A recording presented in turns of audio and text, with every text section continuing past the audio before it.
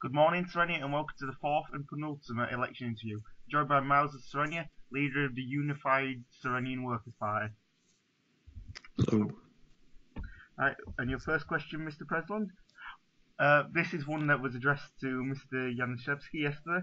What makes the USWP and the NDLP different in terms of policy? Well, we have to keep in mind that it is the Workers' Party that's pioneering in policy changes. The fact that the New Democratic Liberty Party is following us in many of these policies isn't something that's really our fault. But we do take a more hardline stance on secularism. We want to reform the secularism bill to prevent provinces from having official religions. I don't believe that's part of the NDLP manifesto.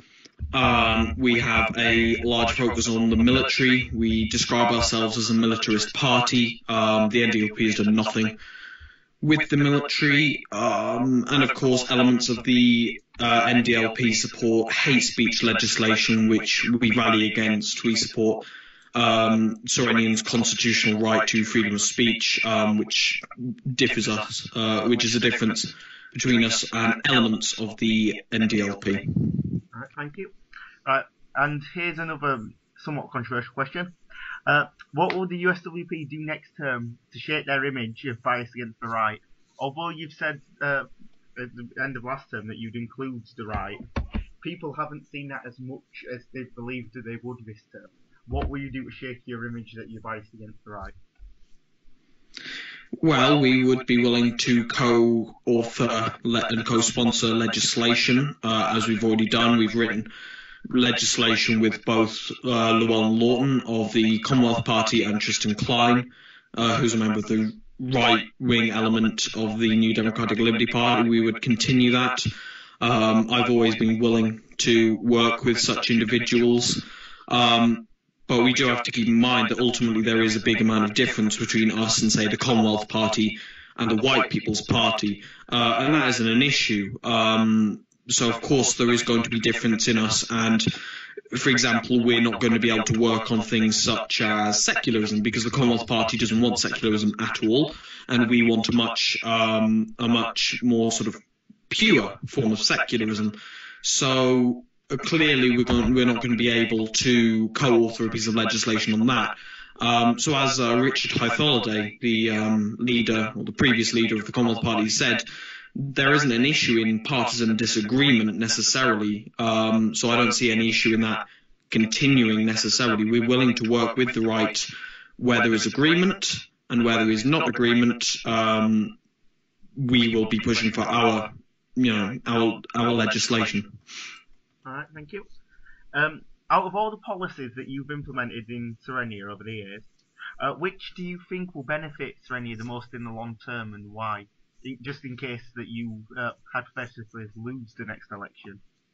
Okay, well, it doesn't necessarily constitute a single piece of legislation, but I would say that the cultural reforms that we made these over several pieces of legislation and executive actions, which really brought Sorrenia from a nation devoid of culture to one with a proud individual Celtic culture, with also regional cultures prospering. I think that will help them the most in the long term, because it helps to give Sorrenia and Sorrenians a real sense of identity and communalism, which I think will fare the nation well, especially when certain Sorrenians, depart to go to university and whatnot. I think that cultural basis will give a base for people to stay in it.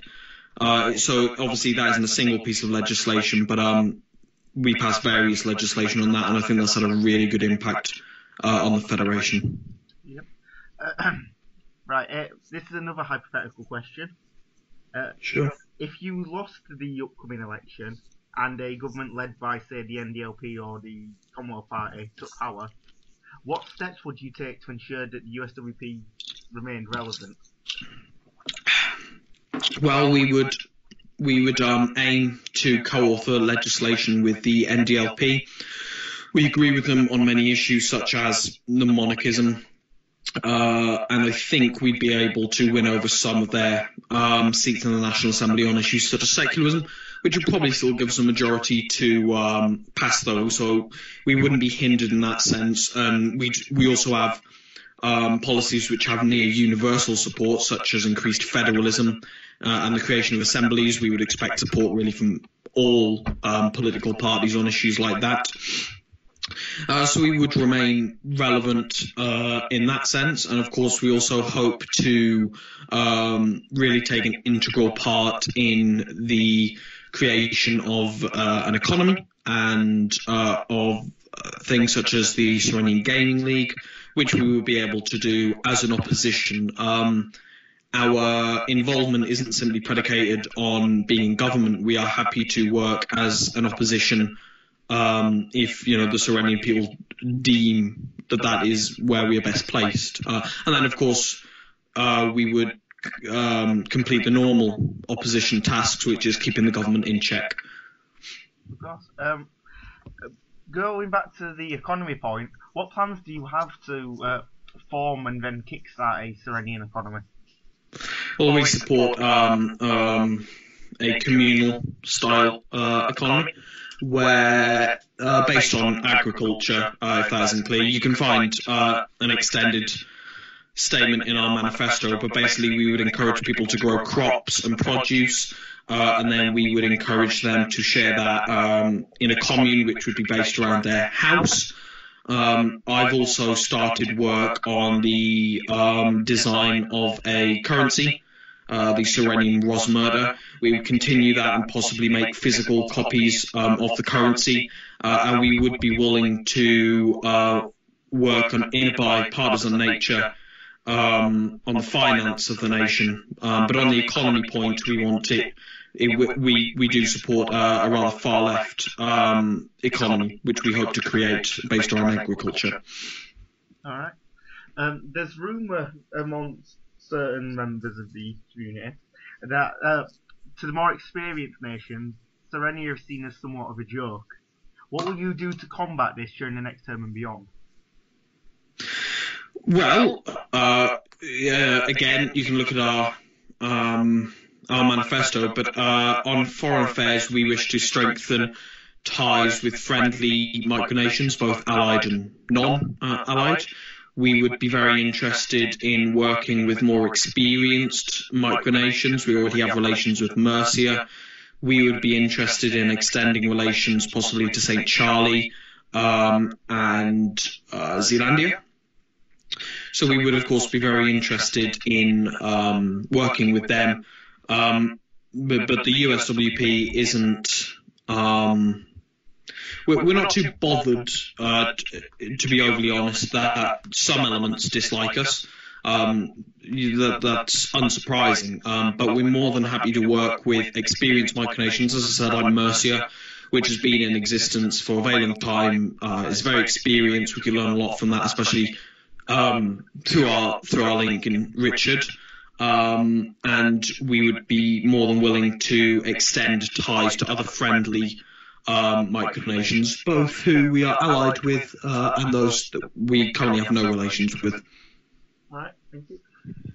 And before we go, would you like to make any closing remarks to the people of Sorrenia? Well, of course, as you would expect me to say, I'm urging people to vote for the USWP and vote for Robert. We believe that we will be able to combine both the great work that we've already done in government, combined with a new face and a new system of the government and the party under the new leadership of Robert. But ultimately, we just hope that Sorrenia continues to be a friendly and communal micronation where everybody feels welcome, regardless of their partisan ties. All right, thank you, Mr. President. Our final interview will be with Robert.